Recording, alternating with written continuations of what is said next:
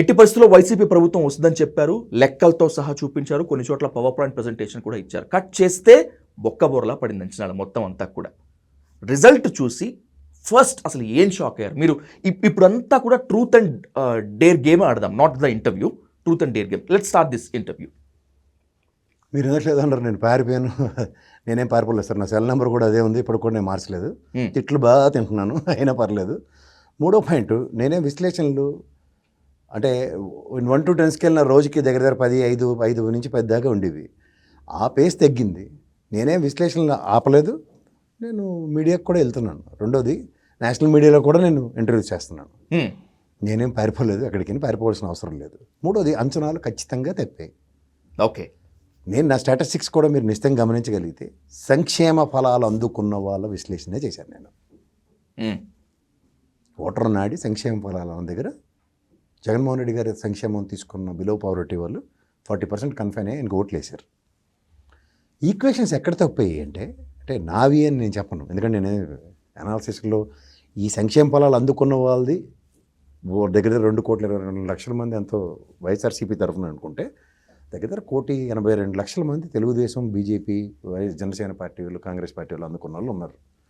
వాళ్ళు కన్ఫైన్ అయ్యారు. ఎందుకు అంటే మీరు గమనించగలిగితే 2,000 ఇచ్చిన పెన్షన్ 3,000 చేసిన జగన్మోహన్ రెడ్డి గారు పెన్షన్కి నాంది పలికిన ప్రభుత్వం కంటిన్యూషన్ చూశారు. ఆ కన్సిస్టెన్సీలో ఎవరొచ్చినా మాకు ఎక్కడికి ఏవి ఉపద్రవం లేదన్నది ఈయన సర్వీసెస్ని రెండర్ చేశారు. కాబట్టి అది వాలంటీర్ వ్యవస్థగా ఇంటికి ఇచ్చిన దగ్గర జరుగుబాటు అంత సుఖం అన్న దగ్గర అది తాత్కాలికమా శాశ్వతమా ప్రజలు ఆలోచించుకున్నారు. ఓకే. రెండోది ఇంకోటి ఏంటంటే అంచనాలు ఎప్పుడు రాజకీయాల్లో 1+1 = 2 అన్నది ఈరోజు దాకా ప్రూవ్ అవ్వలేదు. బట్ ఈసారి 1+1 = 2 అన్నది ప్రూవ్ చేశారు. ప్రజాస్వామ్యంలో ఏదైతే మ్యాండేట్ ప్రజలు ఇచ్చారో విశ్లేషకుడుగా దాన్నే నేను మాడాలి. మీకు ఇక్కడ ఇంకొక విషయం ఏంటంటే చాలామంది నాకు ముద్రలు కొట్టారు, ఒకటి వైఎస్ఆర్సీపీ అని, గతంలో తెలుగుదేశం అని. మీరు గమనించగలిగితే ఒక 1-2 ఇయర్స్ పైన జగన్మోహన్ రెడ్డి గారికి ఆల్మోస్ట్ కరోనా పాండమిక్ సిచ్యువేషన్ అయ్యేదాకా కూడా అతని పనితీరు ప్రజలకి ఏం జరుగుతుందో తెలియకుండా ఉండేది. అంటే పనితీరు కాకుండా సంక్షేమం అందిస్తున్నాడనో, లేకపోతే తిత్లీ తుఫాన్ల ఎఫెక్ట్ తర్వాత ఏదో చేశారనో, లేకపోతే కరోనాకి ఇచ్చేసారనో చెప్పుకోవాల్సి వచ్చింది. బట్ విశ్లేషకుడుగా చంద్రబాబు నాయుడు గారు బీయింగ్ ఏ చీఫ్ మినిస్టర్ సమైక్య రాష్ట్రం నుంచి ఇవన్నిటికీ పాయింట్స్ ఉండేవి కాబట్టి ఎలాబొరేటివ్గా దాని గురించి మాడవలసి వచ్చింది. When it comes to YSRCP, ఇప్పుడు ఎడ్యుకేషన్ సిస్టమ్ మీద అతను తీసుకున్న రిఫార్మ్స్ నేను చాలా ప్రభావితమైంది.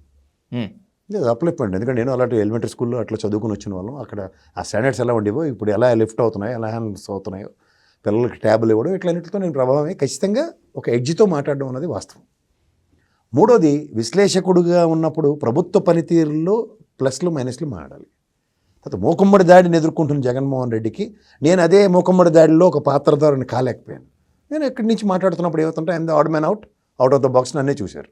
చూసినప్పుడు ఏంటంటే నాకు ఇష్టమైన ముద్రలు వేశారు.